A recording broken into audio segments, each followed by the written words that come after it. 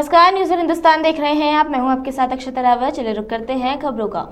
महर्षि वाल्मीकि जयंती की पूर्व संध्या पर आयोजित भगवान वाल्मीकि के पूजन एवं सम्मान समारोह तथा सांस्कृतिक कार्यक्रम में भाजपा अध्यक्ष वीरेंद्र सचदेवा शामिल हुए। इस कार्यक्रम में लोकप्रिय सांसद कमल शहरावत भी उपस्थित रही। भारतीय संस्कृति में महर्षि वाल्मीकि का योगदान अमूल्य है, जो सत्य, धर्म और न्याय की प्रेरणा देता है। महर्षि वाल्मीकि को आदि कवि और उनके द्वारा रचित श्रीमद् रामायण को आदि काव्य माना जाता है। इस अवसर पर वीरेंद्र सचदेवा ने दिल्ली प्रदेश के सभी पारिवारिक जनों के सर्वदा मंगल की मां जगत जननी से कामना की। वाल्मीकि जयंती पर भाजपा दिल्ली अध्यक्ष वीरेंद्र सचदेवा ने कहा, ये महान संत महामुनि प्रभु वाल्मीकि की जयंती है। हमने अपने सभी सांसदों के साथ यहाँ आशीर्वाद लिया है। भगवान वाल्मीकि का संदेश पूरे समाज को एकजुट करने का संदेश है। वाल्मीकि जी की आज हम जयंती मना रहे हैं। पूरा देश बड़े हर्षोल्लास के साथ मना रहा है। महान ऋषि, महान संत, रामायण के रचयिता भगवान वाल्मीकि के प्रकटोत्सव पर हम सभी सांसदों ने अपने साथी सांसदों के साथ हमने आशीर्वाद लिया है और प्रभु वाल्मीकि का जो संदेश है पूरे समाज के लिए कि संगठित रहो, एक रहो और शांति और सद्भाव के साथ पूरे समाज को आगे बढ़ाने का काम करो। उस संदेश को नीचे नीचे तक ले जाने की जरूरत है और निसंदेह इस मंदिर प्रांगण में हमारा लगातार आना होता है, तो प्रभु की कृपा है। और दिल्ली वाले प्रभु वाल्मीकि का जो उत्सव बड़े धूमधाम के साथ मना रहे हैं और दिल्ली वाले खुश रहें, यह मंगल कामना भी हमने आज की। Bureau report, news Hindustan, Delhi. Roorkee में नकली और प्रतिबंधित दवाइयों की बिक्री की शिकायत के बाद ड्रग्स इंस्पेक्टर अनीता भारती के नेतृत्व में छापेमारी का सिलसिला जारी है। छापेमारी के दौरान कुछ दवाइयों के सैंपल भी लिए गए, जिन्हें जांच के लिए भेजा जाएगा। दरअसल बीते दिन साफ सफाई और अन्य अनियमितताओं के कारण कुछ मेडिकल स्टोर पर ताला लगाया गया था। ड्रग्स इंस्पेक्टर अनीता भारती ने बताया कि रामपुर चुंगी स्थित मेडिकल स्टोर पर निरीक्षण किया गया, जहाँ कुछ दवाइयों के सैंपल लेकर उन्हें जाँच के लिए भेजा गया है। उन्होंने बताया कि बीते दिन रुड़की के कई मेडिकल स्टोरों पर औचक छापेमारी की थी। उस दौरान रामपुर चुंगी पर स्थित मेडिकल स्टोर के स्वामी की अनुपस्थिति के चलते स्टोर पर तालाबंदी की गई थी। स्टोर पर कुछ अनियमितताएं भी पाई गई। उनके खिलाफ विभागीय कार्रवाई जारी रहेगी। रुड़की क्षेत्र से मुझे लगातार शिकायतें मिलती रहती हैं कि कहीं पर नकली दवाइयाँ बेची जा रही हैं, कहीं पर नशीली दवाइयाँ जो है बिना प्रिस्क्रिप्शन के दी जा रही। इसी के रिगार्डिंग मेरे द्वारा कल भी और आज भी यहाँ पर विजिट किया गया और ये आज मैं यहाँ पे आई हूँ। कल मैं यहाँ पे आई थी तो यहाँ पे ऑनर्स नहीं थे, तो दुकान मेरे द्वारा बंद कराई गई थी और आज इन्हें बुला करके जो इनके समक्ष मेरे द्वारा 4 दवाइयों के सैंपल लिए गए हैं, ताकि पता चल सके कि यहाँ क्षेत्र में किस टाइप की दवाइयाँ बिक रही हैं। ये होलसेलर हैं, यहाँ पर अन्य भी जो होलसेलर हैं उनके यहाँ से भी दवाइयाँ जो है सैंपल जाँच हेतु भेजे जाएंगे। और जो कुछ मेडिकल स्टोर ऐसे हैं जहाँ पर कि बच्चों द्वारा जो है दुकान का संचालन किया जा रहा है, तो ऐसे में एक बार उन्हें सचेत किया जाता है कि वो लोग अपनी इस गलती को सुधारें और अगर वो अपनी गलती को नहीं सुधारते हैं तो उनका लाइसेंस जो है निरस्त करने की संस्तुति की जाएगी। Bureau report, news Hindustan, Roorkee. केंद्रीय कृषि एवं किसान कल्याण मंत्री शिवराज सिंह चौहान ने किसानों और किसान यूनियन के साथ बैठक की। बैठक के बाद केंद्रीय कृषि मंत्री शिवराज सिंह चौहान ने कहा, अगर किसी राज्य ने हमसे पूछा तो हमने उनकी सोयाबीन की फसल खरीदी। हमने महाराष्ट्र, कर्नाटक और मध्य प्रदेश को MSP पर सोयाबीन खरीदने का आश्वासन दिया है। जब हमारे तिलहन की कीमतें गिर गई तो हमने दूसरे देशों से आयाती तेल पर आयात शुल्क बढ़ाने का फैसला किया। 27.5% आयात शुल्क लगाया गया। सोयाबीन सहित तिलहनों की कीमत बढ़ने लगी और मुझे उम्मीद है कि जल्द ही वह MSP तक पहुंच जाएगी। लेकिन इस बार जिस राज्य ने मांगा, हमने सोयाबीन की खरीद की। अनुमति महाराष्ट्र, कर्नाटक, मध्य प्रदेश न्यूनतम समर्थन मूल्य खरीदेंगे। बीच में जब हमारे तिलहन घट गए थे तब भी एक बड़ा फैसला किया। सोयाबीन सहित तिलहन की फसलें हमारी उनके रेट काफी नीचे चले गए थे। तो भारत में जो तेल आयात होता, आपको जानकारी कि तेल आयात करना पड़ता, अपनी जरूरत का तेल हम उतना ऑयल सीड या तिलहन पैदा नहीं कर पाते कि हमारी जरूरत पूरी हो जाए। Bureau report, news Hindustan, Delhi. Bihar के सारण जिले में जहरीली शराब पीने से मरने वालों की संख्या बढ़कर 4 हो गई है। छपरा के एसपी ने एक बयान में कहा कि एसआईटी गठित कर 8 लोगों के खिलाफ एफआईआर दर्ज की है। 3 लोगों को पहले ही गिरफ्तार किया जा चुका है।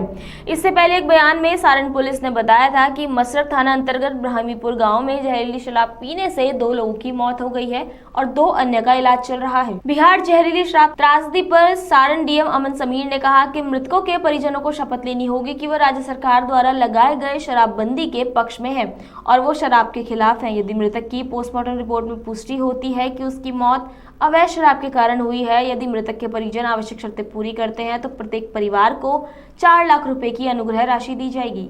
को वो एक संकल्प लेना पड़ेगा कि जो है वो शराब बंदी के वो पक्ष में है और शराब का वो विरोध करते हैं। और पोस्टमार्टम का रिपोर्ट में अगर पुष्टि होता है कि वो शराब पीने से हुई है तो उसके बाद हम लोग फिर लेंगे। तो अभी हम लोग का पोस्टमार्टम रिपोर्ट आ रहा है और जो भी विभागीय गाइडलाइन है उसके अनुसार जो जिनका भी अगर फुलफिल होगा उनको लोग मुआवजा की राशि देंगे। मुआवजे की राशि जो है 4 लाख रुपए। उसमें जो है करीब हम लोगों का जो पूर्व में जो पुष्टि जिनकी हुई थी शराब पीने से, उनमें से जो आंकड़े मेरे पास थे लगभग जो है वो 50 लोगों को जो है वो मुआवजा की राशि जो है वो दे दी गई है। वहीं सारण एसपी कुमार आशीष कहते हैं ये शराब औद्योगिक शराब बताई जा रही है। हम सब इसके संबंध में जांच कर रहे हैं। 5 लोगों की मौत अवैध शराब के कारण हुई है। बीट पुलिस कर्मियों को निलंबित कर दिया गया है। एसएचओ और अन्य कर्मियों से पूछताछ की गई है। अगर उनके जवाब असंतोषजनक पाए गए तो उनके खिलाफ कार्रवाई की जाएगी। देखिए, मशरक में जो सीवान के बॉर्डर इलाके हैं वहाँ पर जो ब्राह्मीपुर है वहाँ पर ऐसी घटना सामने आई जिसमें 5 लोगों की अब तक जो है ये संदेहास्पद पेय पदार्थ पीने की वजह से मृत्यु की बात आ रही। इसको लेकर के वहाँ पर जो महाल चौकीदार है उसको सस्पेंड कर दिया गया है। वहाँ के जो बीट पुलिस पदाधिकारी हैं उनको सस्पेंड करके लाइन हाजिर किया गया है। साथ ही जो थानाध्यक्ष हैं और वहाँ के एलटीएफ प्रभारी हैं उन दोनों को स्पष्टीकरण पूछा गया है। संतोषजनक नहीं पाए जाने पर उन पर भी कार्रवाई संभव होगी। इसके साथ एसआईटी का गठन किया गया है जो एडिशनल एसपी हेडक्वार्टर के नेतृत्व में लगातार छापामारी हो रही है। मैं बता दूं कि पिछले 24 घंटे में हमने 250 छापामारी करी है जिसमें करीब 1650 लीटर शराब जो है पूरे जिले में बरामद की गई है। इसके अलावा 13,500 लीटर से ऊपर पाश जो कि घोल होता है उसको विनष्ट किया गया है और इसमें 37 लोगों की गिरफ्तारी की गई। तो हमारा ये महासमकालीन अभियान लगातार जारी है। सीवान शराब त्रासदी पर बिहार के आबकारी मंत्री रत्नेश सदा ने कहा, हम इस गंभीर समय में मृतकों के परिवारों के साथ खड़े हैं। दोषियों को बख्शा नहीं जाएगा। क्षेत्र के अधिकारियों और संबंधित पुलिस कर्मियों को निलंबित कर दिया गया है। 22 लोगों का इलाज चल रहा है। 3 लोगों की आंखों की रोशनी चली गई है। छपरा में 2 लोगों की जान गई है और वहीं सीवान में 6 लोगों की मौत हो गई है। इस घटना में हम पीड़ित परिवार के दुख के घड़ी में साथ है, हमारी सरकार साथ है और आप जो आए हैं आपको भी धन्यवाद देते हैं। इस तरह की संवेदनशील घटना को लेकर के जो भी लोग इसमें दोषी होंगे वो बख्शे नहीं जाएंगे। उस एरिया के जो भी पदाधिकारी थे, थाना प्रभारी और चौकीदार, सिवान और छपरा सबको निलंबित करते हुए विभागीय कार्रवाई की गई है। जब ये हमको मालूम हुआ तो हम अपने विभागीय पदाधिकारी को निबंधन एवं उत्पाद विभाग के पदाधिकारी को भेज करके वहां दिखवा रहे हैं, सर्वे करवा रहे हैं जो कौन कौन लोग इससे पीड़ित हैं, उसको इलाज के लिए हॉस्पिटलाइज करवा रहे हैं। उसमें अभी तक 22 लोग को हॉस्पिटल में है और 3 लोग की आंख की रोशनी चली गई है। छपरा में 2 आदमी का मृत्यु हुआ है और सिवान में 6 आदमी का मृत्यु हुआ है और तुरंत एसआई टीम को गठित कर दिया गया है। और इसके साथ भाजपा नेता शहनवाज हुसैन ने कहा कि बिहार में पूर्ण और सख्त शराबबंदी लागू है। कुछ शराब माफिया ऐसी घटनाओं में शामिल है, जो भी इसमें शामिल है उन्हें बख्शा नहीं जाएगा। सीएम नीतीश कुमार इस मामले में बहुत सख्त हैं। ये दुर्भाग्यपूर्ण है कि सिवान छपरा में कई लोगों की जान अवैध शराब की वजह से चली गई। देखिए, बिहार में शराबबंदी है, सख्ती से ये लागू है, लेकिन कुछ शराब तस्कर जहरीली शराब लाकर इस तरह की घटना करते हैं। जो भी शराब तस्कर इसमें शामिल होगा जिसके वजह से कई लोगों की जान गई है उसको बख्शा नहीं जाएगा। नीतीश कुमार जी इस मुद्दे पर काफ़ी सख्त रहते हैं। ये बहुत दुखद है कि कई लोगों की जान इसमें गई है सीवान छपरा के इलाके में। हम सबको इसका दुख है, लेकिन जो भी इसके पीछे शामिल होगा उस पर सख्त कार्रवाई होगी। आरजेडी नेता तेजस्वी यादव ने कहा, शराबबंदी सिर्फ कागजों पर है। अवैध शराब की वजह से 30 से ज्यादा लोगों की मौत हो गई है और दर्जनों लोगों की आंखों की रोशनी चली गई है। इतनी बड़ी घटना हो गई है, लेकिन सीएम ने अभी तक पीड़ितों के प्रति संवेदना नहीं जताई। लोग मरे नहीं हैं, उनकी हत्या की गई है। किसी भी वरिष्ठ अधिकारी पर कोई कार्रवाई नहीं की गई। सत्ता में बैठे लोगों को जवाबदेह बनाया जाना चाहिए। हम कह सकते हैं कि जो शराबबंदी जो है केवल कागजों पर है और जहरीली शराब से लगभग 30 से ज्यादा लोग जो है उनकी मृत्यु हुई है और कई दर्जनों भर लोगों ने अपनी आंखों की रोशनी खोई है। इतनी बड़ी घटना हुई है और माननीय मुख्यमंत्री जी ने अब तक कोई भी संवेदना प्रकट जो है पीड़ितों के लिए अब तक नहीं किया है और लगातार ये घटनाएं हो रही हैं। बिहार में कहा जाता है कि शराब बंदी है, लेकिन हर जगह शराब जो है उपलब्ध है। ये सत्ता में बैठे लोग, माफिया, अधिकारी, ये सब कंट्रोल कर रहे हैं। बिहार में जिस प्रकार से लगातार ऐसी घटनाएं बढ़ रही हैं, शराब उपलब्ध हो रहे हैं, ये पूरी तरीके से फेल है और सत्ता संरक्षण अपराध जो है ये किया जा रहा है। लोग मरे नहीं हैं, बल्कि हम कह सकते हैं उनकी हत्या की गई है। और जिस प्रकार से कोई भी पदाधिकारी या बड़ा अधिकारी, किसी पर भी अब तक कोई कार्रवाई नहीं की गई। तो इसमें सत्ता में जो लोग बैठे हैं उन लोगों को जवाब देना चाहिए कि किस प्रकार का ये शराबबंदी चल रहा है। सीवान में हुई जहरीली शराब त्रासदी पर आरजेडी नेता मनोज कुमार झा ने कहा, ये हादसे बार बार हो रहे हैं। ये पूरा सिंडिकेट है। सरकारी आंकड़े अभी आए हैं, लेकिन खबरें उससे कहीं ज्यादा है। शराबबंदी के नाम पर ये सिंडिकेट चल रहा है। ये सिंडिकेट बहुत ताकतवर है। सरकार अक्षम है। सत्ता में बैठे सभी प्रभावशाली लोग इसे बचा रहे हैं और इसमें गरीब लोग मर रहे हैं। क्या कहूं, इतना दुर्भाग्यपूर्ण और ये हादसे बार बार हो रहे हैं और संभवतः न जाने कितना आपको भी गिनती याद नहीं होगी। आप ये सवाल मुझसे पूछते हैं। जिन घरों में चिराग गए, अब कोई व्यक्ति आए और मियां को कहेंगे को ना छोड़ा जाएगा, ना बख्शा जाएगा, लटाई चीजें। ये पूरा एक सिंडिकेट है। ये तो सरकारी आंकड़ा है ना, उससे ज्यादा की खबर है हमें। ये सिंडिकेट ऑपरेट कर रहा है शराबबंदी के नाम पर और सिंडिकेट बहुत ताकतवर है। रसूखदार लोग तक पहुंचा, सरकार सूखदार लोग तक पहुंचा। सरकार अक्षय कॉम्प्रोमाइज्ड है। मतलब आप कितना करके देखिए, रोए से हट जाते हैं। कल आए हैं और ये बात की छवि बार बार इसलिए लगातार जो नेता प्रतिपक्ष कहते हैं पूरा ये उद्योग के रूप में, इट्स एन इंडस्ट्री। सिंडिकेट जो है ये एक इंडस्ट्री का हिस्सा हो गया है। सब कुछ अंडरग्राउंड। इस सिंडिकेट को संरक्षण। Bureau report, news on Hindustan, Delhi. Roorkee में स्थित एनआईएच के वैज्ञानिकों ने ईश्वर नाम का एक ऐप तैयार किया है। दरअसल प्राकृतिक जल स्रोतों के सूखने और पानी कम होने की बातें लगातार सामने आ रही हैं, लेकिन इन स्रोतों को लेकर कोई भी आंकड़ा फिलहाल केंद्र सरकार के पास नहीं है। इसी समस्या को लेकर इस ऐप का आविष्कार किया गया है। इस ऐप में जल स्रोतों का पूरा हाल दर्ज हो सकेगा।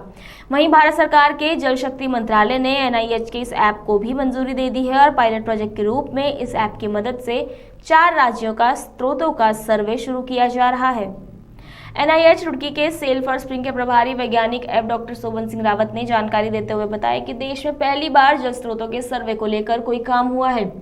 पायलट प्रोजेक्ट के रूप में ऐप की मदद से उत्तराखंड समेत उड़ीसा, मेघालय और हिमाचल प्रदेश के 4 राज्यों में स्रोतों का सर्वे शुरू किया जा रहा है। उन्होंने बताया कि पर्वतीय क्षेत्रों में रहने वाले अधिकांश लोग पेयजल के लिए स्रोत यानी स्प्रिंग पर ही निर्भर है। डॉक्टर शोभन सिंह रावत ने कहा, क्लाइमेट चेंज से स्रोतों के सूखने या फिर पानी कम होने की बात लगातार सामने आ रही है। वहीं सरकार के पास स्रोतों को लेकर कोई सटीक जानकारी नहीं है। यही कारण है कि स्रोतों के उपचार और उनके रिचार्ज को लेकर कोई प्रोजेक्ट शुरू नहीं हो पाया है और ऐप एक के बाद एक सूचना मांगता जाएगा और सभी सूचनाएं दर्ज करने के बाद स्रोत की जियो टैगिंग की जाएगी। इसके बाद इसकी मदद से सभी स्रोतों को मॉनिटरिंग आसानी से हो सकेगी। वहीं ऐसे में अगर कोई स्रोत सूखता है या उसमें पानी कम होता है या फिर कुछ समस्या आती है तो उसकी जानकारी आसानी से मिल पाएगी। जैसा कि आप जानते हैं कि जो हमारे पर्वतीय क्षेत्र हैं, जो पूरे देश में जो पर्वतीय क्षेत्र हैं, उनमें जो हमारे स्प्रिंग्स होते हैं, जो लोकल वाटर रिसोर्सेज हैं, वो वहाँ की जीवन रेखा है। वहाँ के लोग अपने पानी की डिमांड के लिए उन जल स्रोतों पर निर्भर रहते हैं। लेकिन अभी कुछ 2-3 दशकों में अब देखें तो काफ़ी जल स्रोत सूख चुके हैं, क्योंकि जलवायु परिवर्तन भी एक कारक है और कई अवैज्ञानिक रूप से जो भी कार्य होता है उसके कारण भी जल स्रोत सूख जाते हैं। तो जो भारत सरकार का department of water resources, river development and Ganga rejuvenation है, उन्होंने यह सोचा कि इन जल स्रोतों के पुनरुद्धार के लिए, इनके रिजुमिनेशन के लिए एक योजना बनाई जाए। उस योजना के लिए सबसे पहले हमें जो आधारभूत जो आंकड़े चाहिए वो बहुत ज़रूरी होते हैं, क्योंकि इन पे कार्य करने से पहले हमारे पास अगर इनके आधारभूत आंकड़े नहीं होंगे तो हम इनके रिवाइवल के लिए एक अच्छा सा प्लान नहीं बना सकते हैं। तो उसके लिए जल शक्ति मंत्रालय, भारत सरकार के जो department of water resources, river development, Ganga rejuvenation है, उसने इन जल स्रोतों की गणना के लिए एक फर्स्ट स्प्रिंग सेंसस शुरुआत किया गया है, जिसमें जो हमारा माइनर इरिगेशन सेल है जल शक्ति मंत्रालय की, वो इस पे कार्य कर रहा है और इसमें जो तकनीकी सपोर्ट है वो पूरा राष्ट्रीय जल विज्ञान संस्थान रुड़की दे रहा है। तो राष्ट्रीय जल विज्ञान संस्थान के द्वारा एक ऐप बनाया गया है, जिस ऐप के माध्यम से पूरे देश में जो भी हमारे यहाँ जितने भी राज्य हैं और केंद्र शासित प्रदेश हैं, उनमें इन जल स्रोतों की गणना की जाएगी। इनको जियो टैग किया जाएगा एक मोबाइल इस ऐप के माध्यम से, और जो बेसिक आंकड़े हैं कि उस पर कितनी निर्भरता है, उसका जल प्रभाव कितना है, उसकी वाटर क्वालिटी क्या है और उस पर कितने गांव डिपेंडेंट हैं, इन सब की इन्फॉर्मेशन उसमें भरी जाएगी। और जो वहाँ पे लोकल लोग हैं उनका उसके बारे में क्या सोचना है कि उसका जल प्रभाव पिछले 10 साल में कम हुआ है या ज़्यादा हुआ है, तो उनके आधार पे उसमें आंकड़े एकत्रित किए जाएंगे और इन आंकड़ों के आधार पे जो भी स्टेट लेवल पे या सेंट्रल लेवल पे जो भी कार्यदायी संस्थाएं हैं वो डिटेल प्रोजेक्ट रिपोर्ट बना के इनके जो भी इसमें वल्नरेबल स्प्रिंग्स होंगे, जो भी ज़्यादा वल्नरेबल स्प्रिंग्स होंगे, उनको आइडेंटिफाई किया जाएगा और उनको रिवाइव करने के लिए, उनको रिचार्ज करने के लिए आगे विभिन्न जो कार्यदायी संस्थाएं उनके द्वारा कार्य किया जाएगा। Bureau report, news Hindustan Roorkee. अभी के लिए इतना ही। आगे की खबरों के लिए बने रहिए न्यूज़ हिंदुस्तान के साथ। तब तक के लिए नमस्कार। आप देख रहे हैं न्यूज़ 1 हिंदुस्तान।